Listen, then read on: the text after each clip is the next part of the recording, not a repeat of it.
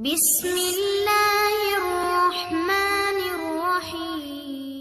اللہ کو اور کبیرہ گناہوں سے بچو، کبیرہ گناہوں سے، بڑے گناہوں سے بچو، بڑے گناہوں سے بچو۔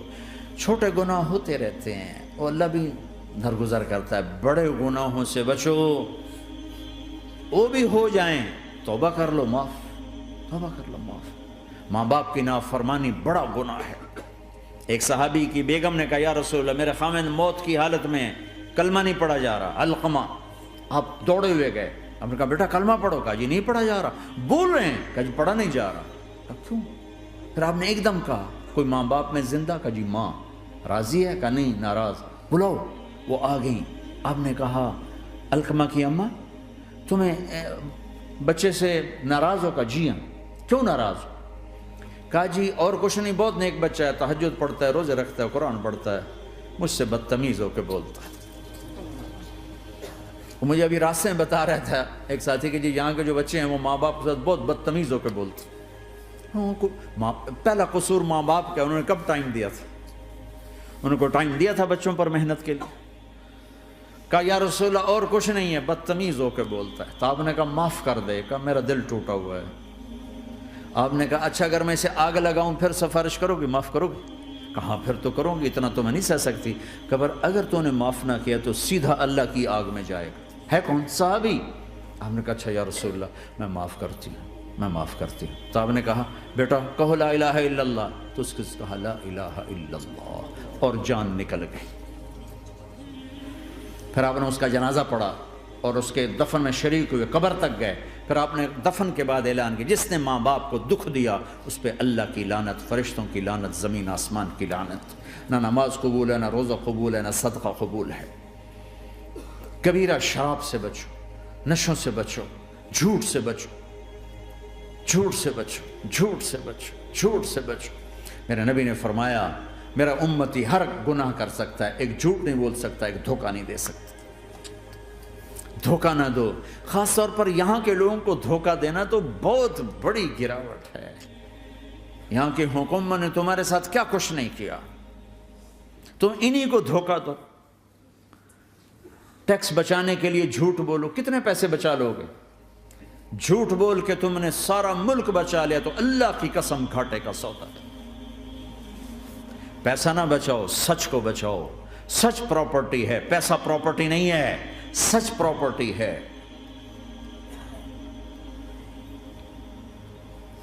ہمارے ملکوں میں تو لوگ ٹیکس نہیں دیتے کہ حکومتیں کچھ لگاتی ہیں کچھ کھا جاتی ہیں، یہاں تو سارا تم پہ لگاتے ہیں۔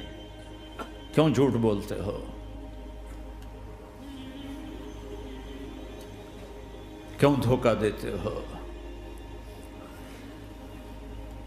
احسان دانش کی کتاب زندگی میں ایک واقعہ میں نے پڑھا کہ جب انگریز کی حکومت تھی ہندوستان پہ تو ایک دلی میں ایک گرو تھا جو جیب کترا تھا، اس کے آگے چیلے تھے جو جیب کاٹ کے کمائی دیتے تھے۔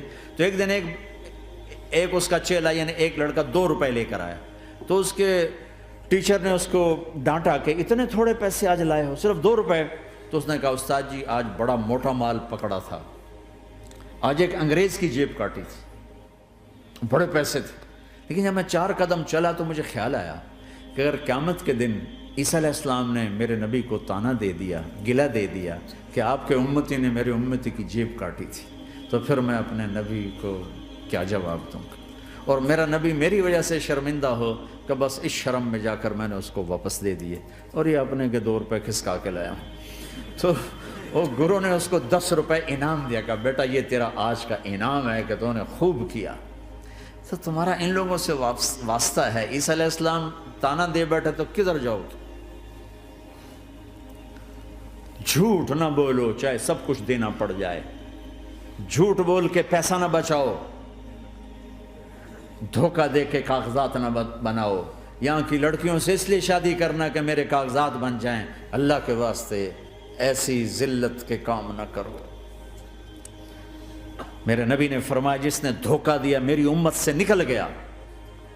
نماز چھوڑنے پر کہا اس نے کفر کیا، جس نے نماز چھوڑی کفر کیا، اور جس نے دھوکہ دیا میری امت سے نکل گیا۔ من غش فلیس منا۔ جھوٹ نہ بولو،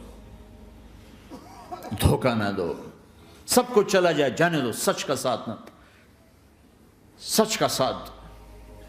ابن خراش رحمۃ اللہ علیہ کے بارے میں مشہور تھا، زندگی بھر کبھی جھوٹ نہیں بولا۔ حجاج کا زمانہ، ان کے 2 بیٹے حجاج کے خلاف جنگ میں شریک ہو گئے، پھر ان کو شکست ہوگی، وہ بھاگ گئے، پھر چھپتے چھپاتے گھر پہنچ گئے، CID نے بتایا کہ وہ گھر آ گئے، تو حجاج نے کہا آج ابن خراش کا امتحان لوں گا۔ ان کو بلا لیا، کہنے لگا ابن خراش، وہ تیرے 2 بیٹے ہمارے خلاف جنگ میں شریک ہوئے تھے، وہ پہ بھاگ گئے تھے، ان کی کوئی خبر ہے کہاں ہے؟ تو انہوں نے مسکرا کر فرمایا کہ حجاج، زندگی موت تو اللہ کے ہاتھ میں، گھر آ چکے ہیں، گھر میں ہیں، ابھی یہیں چھوڑ کے آیا ہوں۔ تو حجاج نے کہا تیرے سچ پر تیرے بیٹے تجھے ہدیہ کرتا ہوں، اگر تو جھوٹ بولتا تیرا سر بھی اڑا دیتا، تیرے بچوں کا سر بھی اڑا دیتا، تیرے سچ پہ تجھے تیرے بیٹے تحفہ دیتا۔ مسلمان جھوٹ نہیں بولتا۔ چند پاؤنڈ کی خاطر تم کاغذات میں ہیرا پھیری کرو، ڈرو اس دن سے جس دن اللہ کے سامنے کھڑا ہونا ہے۔ یہاں کے پیپر بنانے کے لیے یہاں کی لڑکیوں کو دھوکہ دو، ڈرو اس دن سے جس دن اللہ کے سامنے کھڑے ہونا ہوگا۔ عیسیٰ علیہ السلام کا تانا اگر گلا آ گیا نبی کو تو کدھر جاؤ گے؟ سچ کے ساتھی بنو، سچ کے ساتھی بنو، سچ کے ساتھی بنو۔ ٹیکس دینا پڑے دو، دینو، تم پہ خرچ ہوتا ہے۔ ایک طرف 4 پیسے ہیں، ایک طرف سچ ہے، کہ مسلمان سچ بولتا ہے، جھوٹ نہیں بولتا۔ ایک دفعہ سہارنپور میں جھگڑا ہو گیا، ایک جگہ تھی ہندوؤں کی، مسلمانوں نے قبضہ کیا ہوا تھا، تو ہندوؤں نے کیس کر دیا، انگریز کا زمانہ تھا، عدالت میں۔ وہ مسجد بنانا چاہتے تھے، ہندو مندر بنانا چاہتے تھے، تو دونوں طرف بات تپی ہوئی۔ تو آخر وہ جج نے کہا بھائی کوئی ایسا آدمی ہے، ہندوؤں سے کہا، جو گواہی دے دے تو اس کی گواہی تم قبول کر لو گے؟ اور مسلمانوں سے بھی پوچھا، تو ہندوؤں نے کہا جی ہاں، مفتی مظفر حسین صاحب اگر گواہی دے دیں کہ زمین مسلمانوں کی ہے تو ہم دے دیں گے۔ تو مسلمان بڑے خوش ہو گئے، مفتی مظفر تو آخر مسلمان ہے تو ہمارے حق میں گواہی دے گا، تھا ان کا قبضہ ناجائز۔ تو جب وہ عدالت میں تشریف لائے، مسلمان بڑے اطمینان کا، ہوں جناب ساڑھے حق فیصلہ ہونا ہے، چونکہ آج کل صرف سچ کو کون دیکھتا ہے۔ تو انگریز جج نے پوچھا ہاں جی مفتی صاحب آپ کیا کہتے ہیں؟ فرمانے لگے دیکھو جج صاحب، یہ زمین ہندوؤں کی ہے اور مسلمانوں نے قبضہ کیا ہوا ہے۔ تو مسلمانوں نے گالیاں نکالنی شروع، وہ یہودیوں والا بن گیا نا، گالیاں نکالنی شروع کر دی۔ تو انگریز جج نے کہا آج مسلمان ہار گئے اور اسلام جیت گیا، آج مسلمان ہار گئے اور اسلام جیت گیا۔ اپنی ہار مان کے اسلام کو جتاتا، سچ بول کے اسلام کو جتاتا۔ جھوٹ کے ساتھی نہ بنو، سچ کے ساتھی۔ جھوٹ کے کاغذ بنا کر کوئی بینیفٹ حاصل نہ کرو۔ میں نیوزی لینڈ گیا، میں حیران ہو گیا، 1 ہفتہ میں رہا، ڈپریشن کا شکار رہا کہ مجھے بتایا گیا کہ پورے نیوزی لینڈ میں ایک آدمی جھوٹ نہیں بولتا سوائے پاکستانیوں کے، بنگالیوں کے اور انڈین۔ جو بنگالی، جو پاکستانی، جو انڈین پہنچے یہ جھوٹ بولتے ہیں، ہیرا پھیری کرتے ہیں، ان میں ایک آدمی جھوٹ نہیں بولتا۔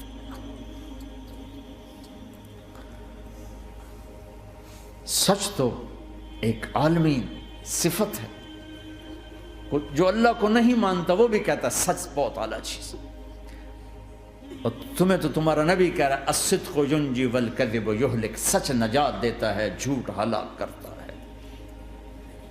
آپ تشریف لے جا رہے تھے، آپ کو آواز آئی یا رسول اللہ، آپ نے ادھر ادھر دیکھا، کوئی نظر نہیں آیا، پھر آواز آئی یا رسول اللہ، پھر آپ نے دیکھا تو ایک ہرنی آپ کو پکار رہی تھی، ہرنی، وہ بندھی ہوئی رسی کے ساتھ۔